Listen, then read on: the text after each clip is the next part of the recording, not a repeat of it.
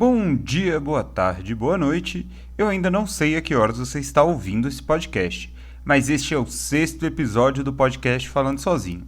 E o tema é Chega, Nerdola! Antes da gente continuar, você deve estar se perguntando que diabos é Chega, Nerdola? Eu não vou te responder agora, porque eu preciso que você dê um like, siga, compartilhe, ajude a gente a crescer de algum jeito. Mas bora lá! Se você, assim como eu, já tá cansado de ouvir sempre aquele papo de mas vai meter política no meio do filme? Então, você também já tá de saco cheio e vai falar, chega, Nerdola! Mas por que a gente tá falando do Nerdola? E por que esse debate é minimamente importante? Esse grupo, que é o grupo que eu apelido carinhosamente de Nerdola, ele está por trás das dezenas de críticas e ondas de comentários de ódio contra filmes e séries da cultura pop que tentam sair de algum tipo de padrão. E a indústria, a gente sabe, ela anda muito sensível a manifestações em redes sociais, aparentemente, bem mesmo às vezes observando os impactos na bilheteria.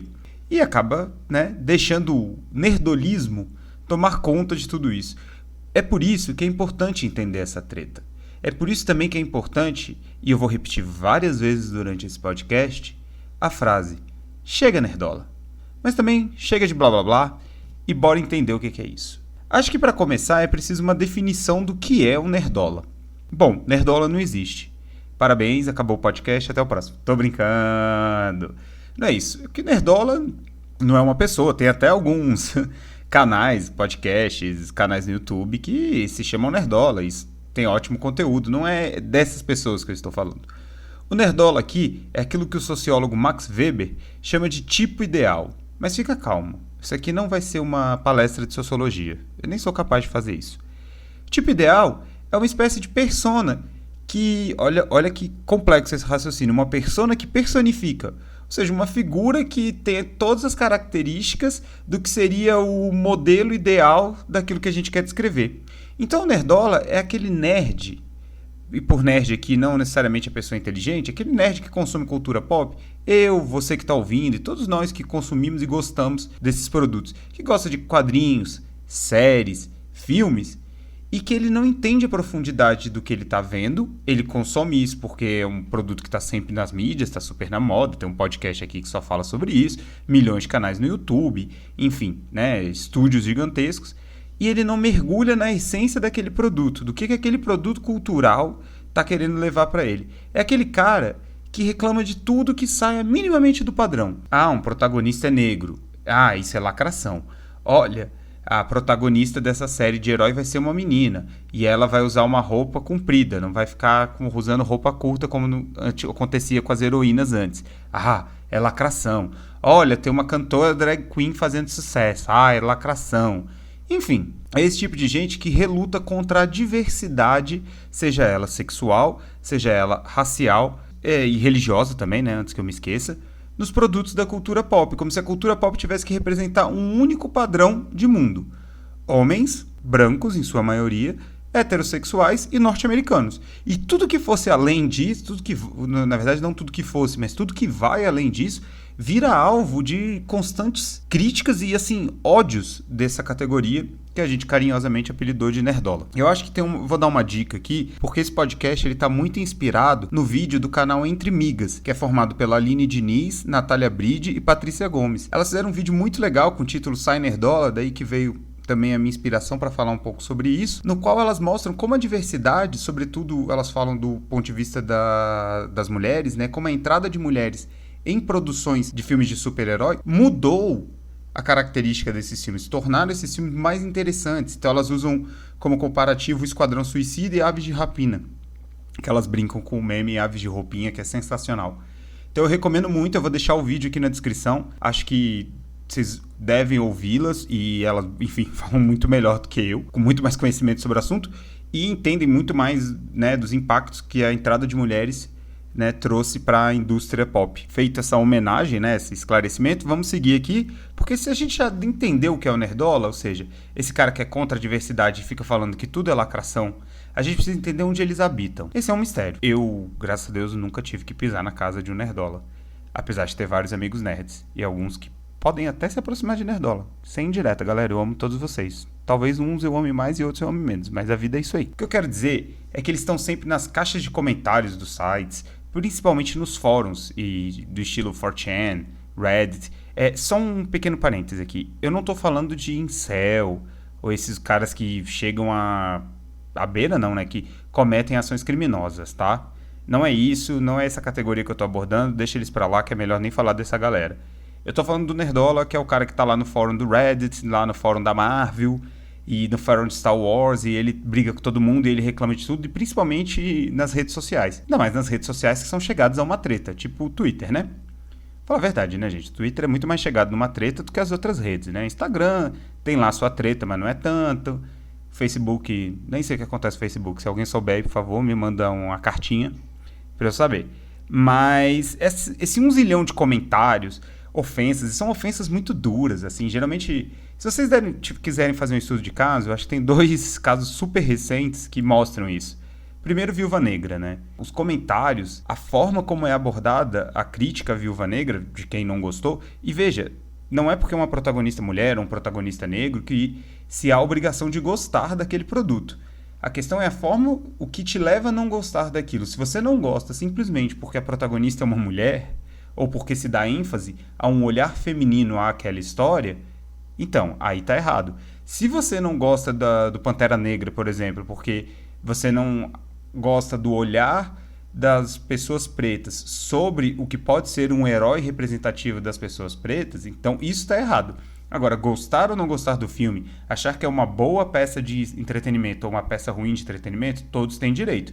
A questão é você se perguntar o que te leva a não gostar daquilo. E quando você vai dar uma olhada nos comentários sobre Viúva Negra, é algo assustador. Basicamente se coloca a Natasha numa posição, a Natasha Romanoff, a personagem da Scarlett Johansson, numa posição de que ela é horrível, pelo simples fato de que ela é mulher. Ela não tem força, ela não sabe lutar, ela é isso, ela aquilo. É uma coisa insuportável. O outro caso muito recente é de Mestres do Universo salvando Eternia. Cara, de novo consegui falar isso rápido, tô muito orgulhoso de mim mesmo. Que é uma série, como eu já falei aqui, que tira um pouco o foco do He-Man e pega os personagens secundários desse universo. Isso aí tá inclusa a Tila, que tem muita participação. E a discriminação, o ódio, as pessoas chegam a falar, tinha que tirar o nome, não podia ser o nome, tinha que fazer uma série só sobre ela, porque ela não pode misturar com o He-Man. Então vira uma coisa de maluco mesmo, sabe? E sempre é essa galera, o famigerado Nerdola, né, que tá lá lotando as caixas de comentário e criticando e ameaçando e sendo super rude. É uma galera que parece que tem um certo prazer em levar bloco, sabe? Então, elas não debatem na rede social, né? Elas não, desculpa, né? Não vou nem botar no feminino pra não dar nenhuma interpretação errada. Eles, que geralmente são homens, não estão a fim de debater. Eles só querem provar um ponto e eles vão pro ataque. É uma coisa muito até difícil de lidar nas redes. Mas os nerdolas, eles têm uma meta. E é por isso que eles têm essa política tão agressiva. Política, né? Guarda essa palavra, ela vai voltar algumas vezes. É importante. Eles têm essa máxima de que não se deve misturar política com cultura pop. Ou seja, política não tem que estar em herói, política não tem que estar em animação. Tem essa de ter política. Bom, para começo de conversa, já que eu já citei Max Weber no começo desse podcast, eu vou falar uma coisa para eles. Cara, tudo é política. Sim, isso é um baita clichê, mas é um baita clichê porque é uma baita verdade. Todas as nossas ações, eu tá gravando um podcast, eu subi um podcast pra internet, eu tá aqui falando sozinho pras paredes e falando sobre tudo isso, é um ato político. Mas enfim, eu também não vou devagar porque isso aqui não é um podcast sobre ciência política. O que eu quero dizer é que os super-heróis, né, que é hoje a grande base da cultura pop, eles têm um fundo político gigantesco. Os quadrinhos e esses personagens que foram lançados, por exemplo, Capitão América, o Capitão América, gente, ele estreou dando um soco na cara do Hitler. Eles eram peça de propaganda dos Estados Unidos durante a Segunda Guerra Mundial. Então como é que você vai falar que não pode botar política no meio de algo que nasceu essencialmente político, como uma forma cultural de se contar a versão dos Estados Unidos da Segunda Guerra Mundial? Enfim, fica difícil, né? A gente pode falar de várias outras coisas, por exemplo, a crítica social que o Watchmen, tô falando do quadrinho, que o Alan Moore coloca ali é muito forte. Ou mesmo, o que é o X-Men? Se não a noção de respeito à diversidade. Quando você olha para o outro é seu semelhante, mas por ele ser diferente, você quer acabar com ele, extinguir ele. Então, assim, não à toa o Magneto É um judeu que perdeu a família durante a Alemanha nazista. Então fica difícil falar que não tem uma conexão entre política, e não é a política partidária, se você vota em candidato A ou candidato B, mas a noção de comportamento, de sociedade, de organização social e a cultura pop. A cultura pop não vem do nada. Tem um sociólogo chamado Raymond Willis, meu Deus, é a terceira vez que eu uso o termo tem um sociólogo. Tá pesado o negócio hoje aqui, né? Mas vamos lá. Chamado Raymond Williams, que ele discute exatamente isso sobre a televisão. Ele defende que a televisão ela não é só uma tecnologia e ela não é só uma consequência da cultura. Ela é um movimento duplo, ou seja, ela surge de uma cultura que já existia, ela transforma essa cultura e ela gera uma terceira coisa. Nada é determinante, é tudo que se conflui para chegar a uma ideia. Mas enfim, estou divagando absurdamente, aposto que 80% da minha audiência já cancelou o podcast a essa hora. Bora lá. Vamos focar. Essa casta, o Nerdola, ele sempre tem esse ódio de se colocar política no meio do debate da cultura pop. Recentemente a Netflix lançou um podcast, uma série chamada Como Se Tornar um Tirano. Eu recomendo, vejam, é muito legal. E aí o comentário é óbvio, a Netflix está querendo lacrar. E além de expor o machismo, o racismo e toda a LGBTfobia que está incrustada nos consumidores de cultura pop, porque afinal eles não estão deslocados no tempo e espaço, eles fazem parte da nossa sociedade, que ainda é uma sociedade machista, racista e LGBTfóbica, essa tática ela é um pouco burra. E talvez aqui seja o centro do que eu estou querendo falar nesse podcast. Que eles são burros, né? Você deve estar pensando. É isso também. Mas não é só isso. É uma tática, é um expediente, é um discurso, ou como se gosta de falar hoje em dia, uma narrativa burra. Porque ela limita o impacto econômico dos filmes e obras que tentam atingir um público muito maior. Afinal de contas, por que Pantera Negra é um filme que faturou mais de 1 bilhão e consegue ter toda a repercussão que teve, inclusive disputar o Oscar?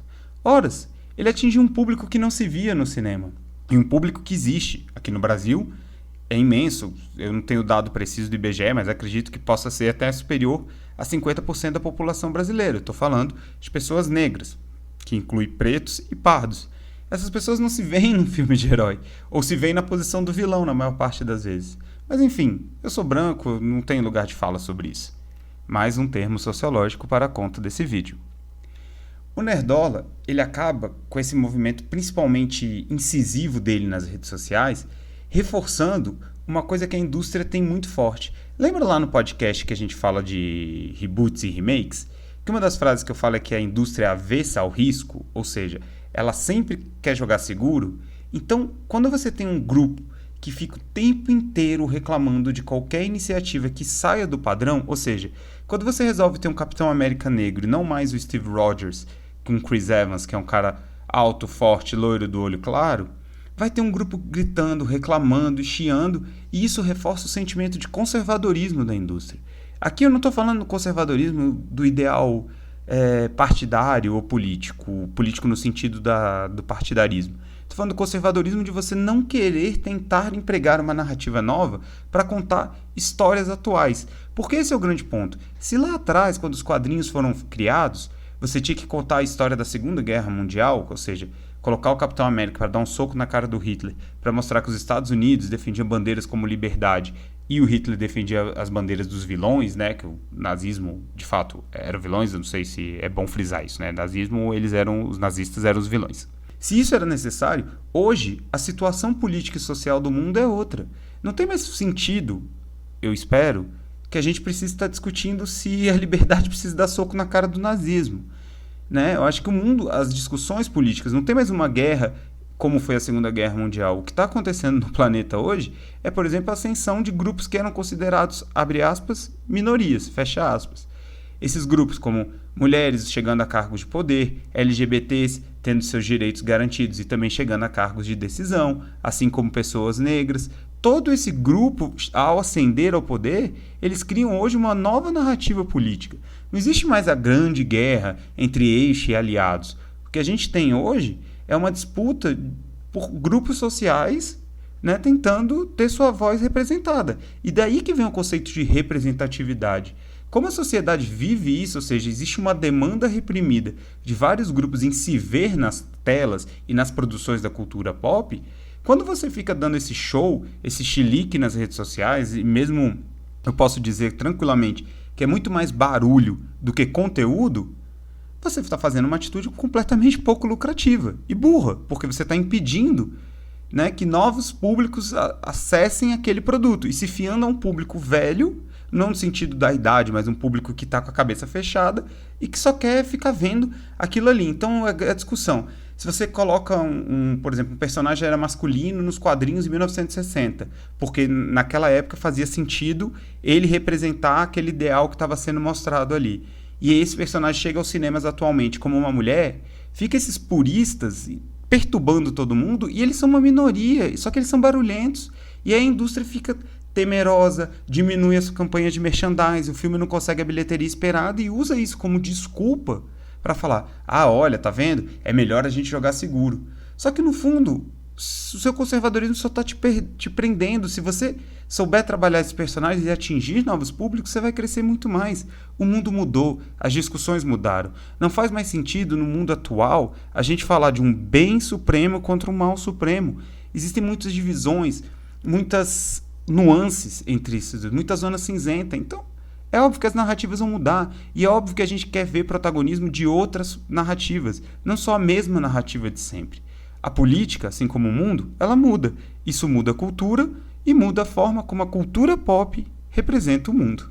Por isso, eu termino esse podcast manifesto com um abaixo ao nerdolismo. Sério.